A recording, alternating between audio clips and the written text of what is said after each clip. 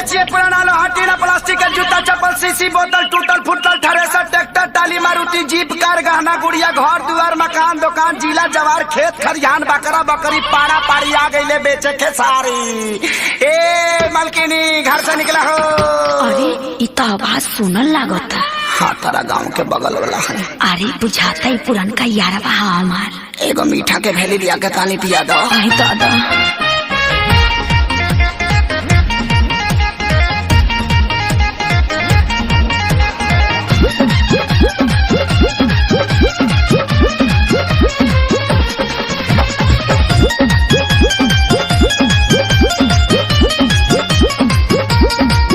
अरे प्यारी के तुहरा असर हमारा पपड़ल बा भारी तुहरा चक्कर में करे जा हम बन गईनी कबड़ी।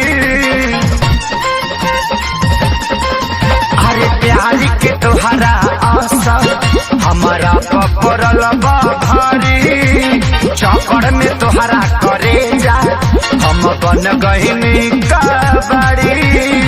घर से निकला बहरी एगो चुम्मा लेके भागी रे भागी।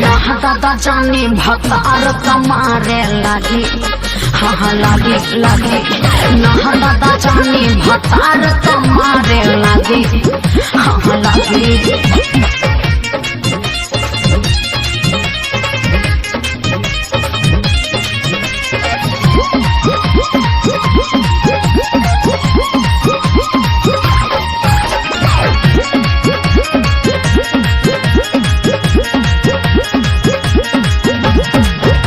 बाटे बियाहे से हमारा पटाओ तनिको जलागी भानो कदी घर से आओ। ए सुनो न मांजा।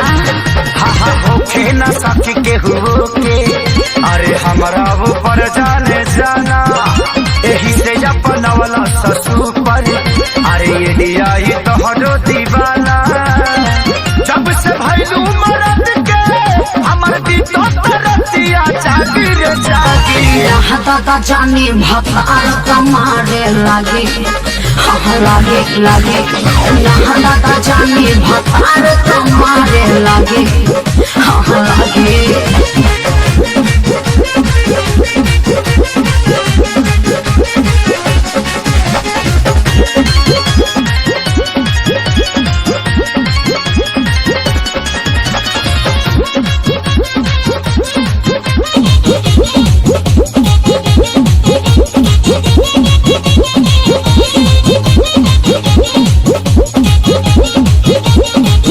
कुआरे के बात पूछो और रहे जा रहो नैहर के प्यार न करो ससुरा में प्रचार हो।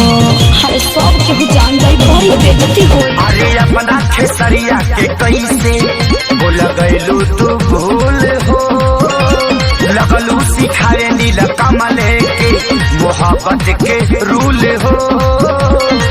या तो राज से पूछी हो ले पानी हथवा ताकी रे ताकी। दादा जानी भतार कमारे लागी। हाँ लागे लागे नहा दादा जानी भतार कमारे लागी।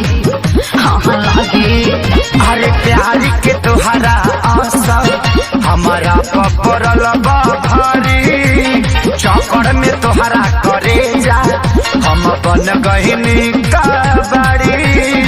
घर से निकला बहरी एगो चुम्मा लेके भागी रे भागी। दादा जानी भतार कमारे लागी। हाँ लागे लागे दादा जानी भतार कमारे